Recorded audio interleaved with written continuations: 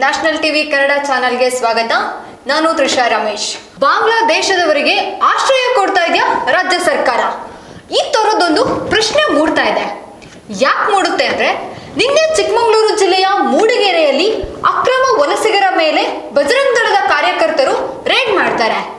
ಆದ್ರೆ ವಿಪರ್ಯಾಸ ಏನ್ ಗೊತ್ತಾ, ಅವ್ರ ಮೇಲೇನೆ FIR ಆಗತ್ತೆ. ಇದು ಯಾವ ತರದ ನ್ಯಾಯ? ನಿಮ್ಮ ವೋಟ್ ಬ್ಯಾಂಕ್ಗಳಿಗೆ ಇಲ್ಲಿ ನೆಲೆಸಿರುವವರ ಅನ್ನನ ಯಾಕೆ ಕಿತ್ಕೊಂತಾ ಇದ್ದೀರಾ? ಇಲ್ಲಿ ಇರೋರಿಗೆ ಉದ್ಯೋಗ ಸಿಗ್ತಾ ಇಲ್ಲ. ಯಾಕೆ ಅಂದ್ರೆ ಕಮ್ಮಿ ಸಂಬಳ ಸಿಗ್ತಾರೆ, ಕಮ್ಮಿ ಸಂಬಳಕ್ಕೆ ಬರ್ತಾರೆ ಅಂತ ಬೇರೆ ಕಡೆಯಿಂದ ಜನ ಬರ್ತಾರೆ, ಅವ್ರ ಹತ್ರ ಕೆಲಸ ಮಾಡಿಸ್ಕೊಂತೀರಾ. ಹಾಗಾದ್ರೆ ಇಲ್ಲಿರೋರು ಎಲ್ಲಿಗೆ ಹೋಗ್ಬೇಕು? ಅದು ಅಲ್ಲದೆ ಅನುಮತಿ ಇಲ್ಲದೆ ವ್ಯಾಪಾರಕ್ಕೆ ಇಳಿತಾರೆ. ಹಾಗಾದ್ರೆ ಅಲ್ಲಿರುವ ಸ್ಥಳೀಯರು ಎಲ್ಲಿಗೆ ಹೋಗ್ಬೇಕು, ಏನ್ ಮಾಡ್ಬೇಕು? ಇನ್ನು ಈ ಘಟನೆ ಬಗ್ಗೆ ಹೇಳೋದಾದ್ರೆ, ಅಲ್ಲಿಯ ಸ್ಥಳೀಯರು ಅನುಮಾನ ಬಂದ ವಲಸಿಗರನ್ನ ವಿಚಾರಣೆ ಮಾಡಕ್ ಹೋಗ್ತಾರೆ. ಎಲ್ಲಿ? ಮೂಡಿಗೆರೆಯ ಸಂತೆಪೇಟೆಗೆ. ಹಾಗೆ ಒಂದಷ್ಟು ದಾಖಲಾತಿಗಳನ್ನು ಕೂಡ ಕೇಳ್ತಾರೆ. ಆದ್ರೆ ಕೊಡೋದಕ್ಕೆ ಹಿಂದೆ ಮುಂದೆ ಮಾಡ್ತಾರೆ. ಯಾಕೆ ಅಂದ್ರೆ ಆ ದಾಖಲೆಗಳು ನಕಲಿ ದಾಖಲೆಗಳಾಗಿರುತ್ತವೆ. ಹೇಗ್ರಿ ತೋರಿಸ್ತಾರೆ ನಕಲಿ ದಾಖಲೆಗಳನ್ನ? ಇನ್ನೂ ಒಂದು ಪ್ರಶ್ನೆಯನ್ನ ಮೂಡುತ್ತೆ. ನಕಲಿ ದಾಖಲೆಗಳು ಸಿಗೋದು ಓಕೆ, ಅವ್ರ ಕೈಯಲ್ಲಿ ಇರೋದು ಓಕೆ. ನಕಲಿ ದಾಖಲೆಗಳು ನಿಜವಾಗ್ಲೂ ಸೃಷ್ಟಿಯಾಗ್ತಿರೋದು ಎಲ್ಲಿ? ಯಾರು ಸೃಷ್ಟಿ ಮಾಡ್ತಾ ಇದ್ದಾರೆ? ಅವ್ರ ಮೇಲೆ ಯಾವಾಗ ಕ್ರಮ ತಗೊಂತೀರಾ? ಅವ್ರು ರೇಡ್ ಮಾಡ್ತಾರೆ, ಸಂತೆಪೇಟೆಯಲ್ಲಿ ಕೂಗಾಡ್ತಾರೆ, ಕಿರ್ಚಾಡ್ತಾರೆ, ಅದಕ್ಕೆ FIR ಮಾಡಿದ್ರಿ, ಒಪ್ಕೊಳ್ಳೋಣ. ಅವ್ರ ಕಡೆಯಿಂದನೂ ತಪ್ಪಾಗಿರುತ್ತೇನೋ, ನೀವು FIR ಮಾಡ್ತೀರಾ. ಅದು ಸ್ವಯಂ ಪ್ರೇರಿತವಾಗಿ FIR ಅನ್ನ ಮಾಡ್ಕೊಂತೀರಾ. ಹಾಗಾದ್ರೆ ನಕಲಿ ದಾಖಲೆಗಳನ್ನ ಸೃಷ್ಟಿ ಮಾಡ್ತಿರೋ ವಿರುದ್ಧ ನೀವು ಯಾವಾಗ ಕ್ರಮ ತಗೊಳೋದು? ಹಾಗಾದ್ರೆ ಅವ್ರ ಮೇಲೆ ಯಾವುದೇ ರೀತಿಯ ಕ್ರಮವನ್ನ ನೀವು ತಗೊಳೋದಿಲ್ವಾ? ಫಸ್ಟು ಮೊದಲು ಹೋಗಿ ಯಾರು ನಕಲಿ ದಾಖಲೆಗಳನ್ನ ಸೃಷ್ಟಿ ಮಾಡ್ತಾರಲ್ಲ ಅವ್ರ ಮೇಲೆ ಕ್ರಮ ತಗೊಳ್ಳಿ. ಅಂತ ಸೈಬರ್ ಕ್ರೈಮ್ಗಳ ಮೇಲೆ ರೇಡ್ ಮಾಡಿ. ಅದು ಬಿಟ್ಕೊಂಡು ನ್ಯಾಯ ಕೇಳಿದವ್ರ ಹತ್ರ, ಅವ್ರ ಹತ್ರ ಯಾಕೆ FIR ಮಾಡ್ತೀರಾ? FIR ಮಾಡ್ತಾ ಇರೋದು ಯಾಕೆ? ಅದು ಸ್ವಯಂ ಪ್ರೇರಿತ.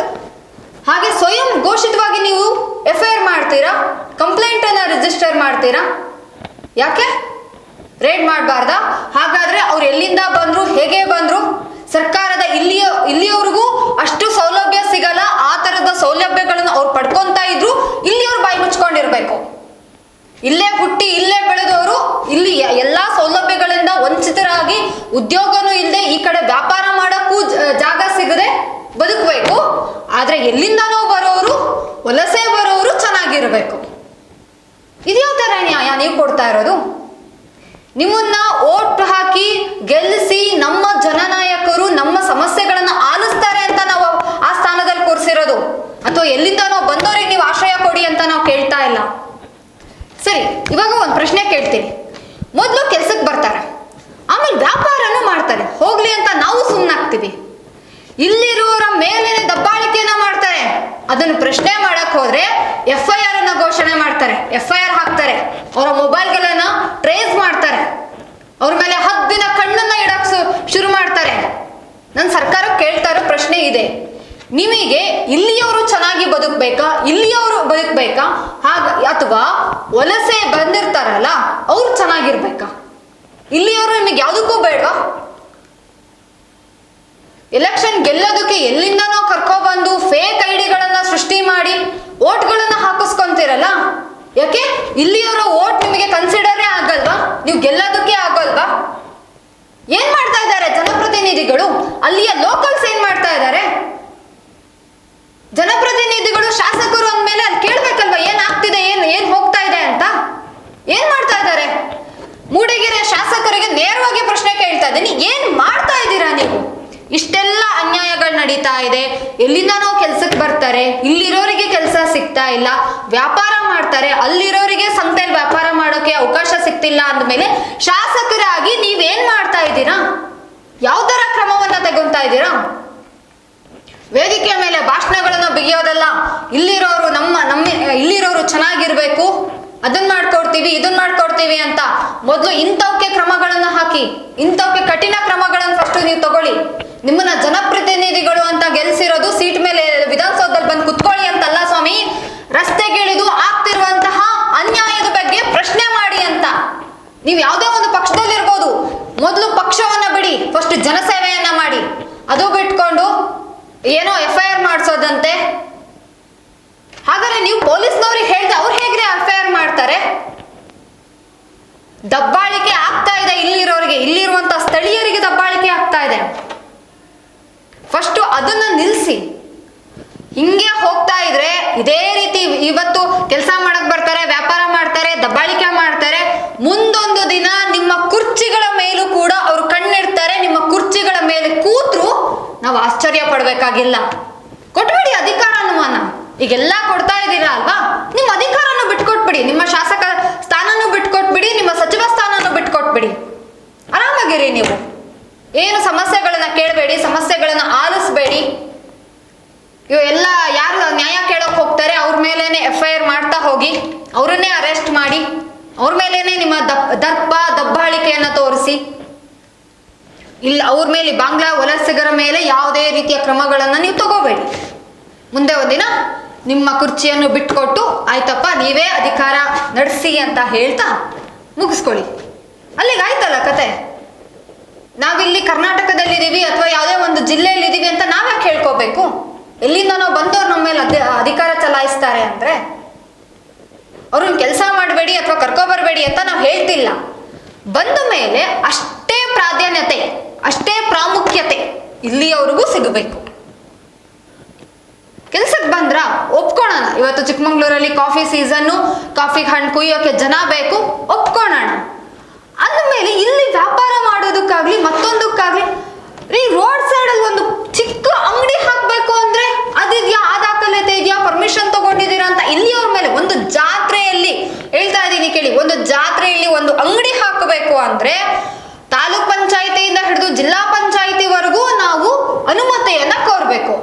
ಹಾಗಿದ್ದ ಮೇಲೆ ನಿನ್ನೆ ಮೂಡಿಗೆರೆ ಸಂತೆಪೇಟೆಯಲ್ಲಿ ಅವ್ರು ಯಾವ ತರ ಆ ವ್ಯಾಪಾರವನ್ನ ಮಾಡಕ್ ಇಳಿದ್ರು? ಅದ್ ಹೇಗ್ರಿ ಇಳಿದ್ರು? ನಿಮ್ಮ ಪರ್ಮಿಷನ್ ಇಲ್ಲದೆ ಅದ್ ಹೆಂಗ ಒಪ್ಕೊಂಡ್ರು ವ್ಯಾಪಾರ ಮಾಡಕ್ ಇಳಿತಾರೆ?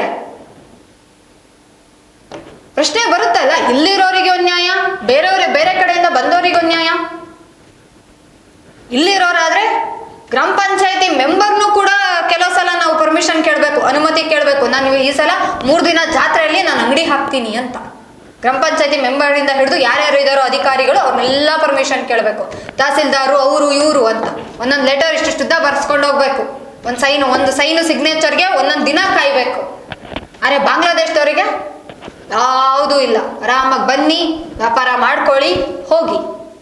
ಅವ್ರನ್ನ ಮಾಡಬೇಡಿ ಅಂತಾನು ಹೇಳಲ್ಲ. ಮಾಡಿದ್ಮೇಲೆ ಎಲ್ರಿಗೂ ಒಂದೇ ತರ ನಿಯಮಗಳು ಪಾಲನೆ ಆಗ್ಬೇಕು. ಅವರು ಕೂಡ ಇದೇ ನಿಯಮಗಳನ್ನ ಪಾಲಿಸ್ಬೇಕು. ಎಲ್ಲಿದೆ ಇವತ್ತು ಈ ವಿಡಿಯೋ ಮುಖಾಂತರ ಏನ್ ಹೇಳ್ತಾ ಇದ್ದೀನಿ ಅಂದ್ರೆ, ನಿನ್ನೆ ಯಾರು ರೇಡ್ ಮಾಡಕ್ ಹೋಗಿದ್ರಲ್ಲ ಅವ್ರಿಗೆ ಇಷ್ಟೇ ಮನವಿ ಮಾಡ್ತಾ ಇದ್ದೀನಿ. ಮುಂದಿನ ಸಲ ನೀವು ರೈಡ್ ಮಾಡ್ಬೇಕಾದ್ರೆ ಯಾರು ಫಸ್ಟ್ ಆ ನಕಲಿ ದಾಖಲೆಗಳನ್ನ ಸೃಷ್ಟಿ ಮಾಡ್ತಾ ಇದಾರಲ್ಲ, ಫಸ್ಟ್ ಅವ್ರ ಮೇಲೆ ರೈಡ್ ಮಾಡಿ ನೀವು. ಅವಾಗ ಗೊತ್ತಾಗುತ್ತೆ, ಅವಾಗ ಬುದ್ಧಿ ಬರುತ್ತೆ ಇವ್ರುಗಳಿಗೆ. ಯಾರು ನಕಲಿ ದಾಖಲೆಗಳನ್ನ ಸೃಷ್ಟಿ ಮಾಡ್ತಾ ಇದ್ದಾರೆ, ಯಾರು ಬಾಂಗ್ಲಾದೇಶದವ್ರನ್ನ ಕರ್ಕೊ ಬರ್ತಾ ಇದ್ದಾರೆ ಅಂತ. ಸುಮ್ಮನೆ ಯಾರೋ ಒಬ್ಬ ಅವ್ರೆಲ್ರು ಲೋಕಲ್ ಏಟ್ಸು, ಅವ್ರ ಮೇಲೆ FIR ಕಾಪಿ, ನಾನು FIR ಕಾಪಿ ಕೂಡ ಹಾಕ್ತೀನಿ ನೋಡಿ. FIR ಮಾಡ್ತಾರೆ A1 A2 A3 A4 ಅಂತ. ಯಾವ ತರ ನ್ಯಾಯ ಇದು? ಯಾವ ಕಡೆ ವ್ಯವಸ್ಥೆ ಹೋಗ್ತಾ ಇದೆ? ಯಾಕೆ ನಿಮಗಿಲ್ಲ 6-7 ಕೋಟಿ ಜನಸಂಖ್ಯೆ ಓಟ್ ಸಾಕಾಗಲ್ವಾ? ಒಪ್ಕೊಳ್ಳೋಣ, 18 ವರ್ಷದ ಮೇಲೆ ಓಟ್ ಹಾಕ್ಬೇಕು. ಸಾಕಾಗಲ್ವಾ ನಿಮಗೆ ಓಟು? ಯಾಕ್ರಿ ನಕಲಿ ದಾಖಲೆಗಳನ್ನ ಸೃಷ್ಟಿ ಮಾಡಿ ಎಲ್ಲಿಂದನೋ ಕರ್ಕೊ ಬರ್ತೀರಾ? ಕೆಲಸ ಮುಗಿತಾ ಕಳಿಸ್ಬಿಡಿ. ಅದು ಬಿಟ್ಕೊಂಡು ಅವ್ರಿಗೆ ಆಧಾರ ಕಾರ್ಡ್ ಅಂತೆ, ವೋಟರ್ ID ಅಂತೆ ಯಾಕೆಲ್ಲ ಮಾಡ್ಕೊಟ್ಟು ಆ ಸೌಲಭ್ಯಗಳನ್ನ ಕೊಡ್ತಾ ಇದ್ದೀರಾ? ಇಲ್ಲಿರೋರು ಎಲ್ಲಿಗೆ ಹೋಗ್ಬೇಕು? ಇಲ್ಲೇ ಜೀವನ ಪರ್ಯಂತ ಜೀವನ ಮಾಡೋರು ಎಲ್ಲಿಗೆ ಹೋಗ್ಬೇಕು? ಇಲ್ಲೇ ಹುಟ್ಟಿ ಇಲ್ಲೇ ಬೆಳೆದಿರೋರು ಎಲ್ಲಿಗೆ ಹೋಗ್ಬೇಕು? ಈ ಎಲ್ಲಾ ವಿಷಯದಲ್ಲೂ ತಾರತಮ್ಯ ಮಾಡ್ತಿರಲ್ಲ. ದಯವಿಟ್ಟು ಜನಪ್ರತಿನಿಧಿಗಳೇ, ದಯವಿಟ್ಟು ಎಚ್ಚೆತ್ಕೊಳ್ಳಿ, ಇನ್ನಾದ್ರೂ ಎಚ್ಚೆತ್ಕೊಳ್ಳಿ. ಬರೀ ರೇಡ್ ಮಾಡಿದವ್ರ ಮೇಲೆ FIR ಮಾಡೋದಲ್ಲ, ದಯವಿಟ್ಟು ಎಚ್ಚೆತ್ಕೊಳ್ಳಿ. ಇದು ಒಂದು ಊರಿನ ಸಮಸ್ಯೆ ಅಲ್ಲ, ಇದು ಎಲ್ಲಾ ಊರಲ್ಲೂ ನಡೀತಿರೋ ಸಮಸ್ಯೆ. ದಯವಿಟ್ಟು ಅಲ್ಲಿನ ಜನಪ್ರತಿನಿಧಿಗಳು ಎಚ್ಚೆತ್ಕೊಂಡು ಮುಂದಿನ ಸಲ ಅಧಿವೇಶನದಲ್ಲಾಗ್ಲಿ ಅಥವಾ ಮುಖ್ಯಮಂತ್ರಿಗಳಿಗಾಗ್ಲಿ ಮನವಿಯನ್ನ ಸಲ್ಲಿಸಿ ಅದ್ರ ಬಗ್ಗೆ ಕ್ರಮ ತಗೊಳ್ಳೋ ತರ ಮಾಡಿ. ಮುಂದಿನ ಎಲೆಕ್ಷನ್ ಅಲ್ಲಿ ನಮ್ ಜನ ನಿಮ್ಮನ್ನು ಗೆಲ್ಲಿಸ್ತಾರೆ ಅಂತ ಹೇಳ್ತಾ, ಸೊ ಇದ್ರ ಮೇಲೆ ಆದಷ್ಟು ಬೇಗ ಯಾರ ಮೇಲೆ FIR ಆಗಿದೆ ಅದನ್ನ ಕೂಲಂಕುಷವಾಗಿ ವಿಚಾರಣೆ ಮಾಡಿ ಅಲ್ಲಿ ಏನಾಗಿದೆ ಅನ್ನೋದ್ರ ಮೇಲೆ ಕ್ರಮವನ್ನ ತಗೊಳ್ಳಿ ಅಂತ ಹೇಳ್ತಾ, ಮತ್ತೆ ಮುಂದಿನ ವಿಡಿಯೋದೊಂದಿಗೆ ಸಿಗ್ತೀನಿ. ಅಲ್ಲಿವರೆಗೂ ನ್ಯಾಷನಲ್ TV ನೋಡ್ತಾ ಇರಿ ಅಂತ ಹೇಳ್ತಾ ಎಲ್ರಿಗೂ ಧನ್ಯವಾದಗಳು.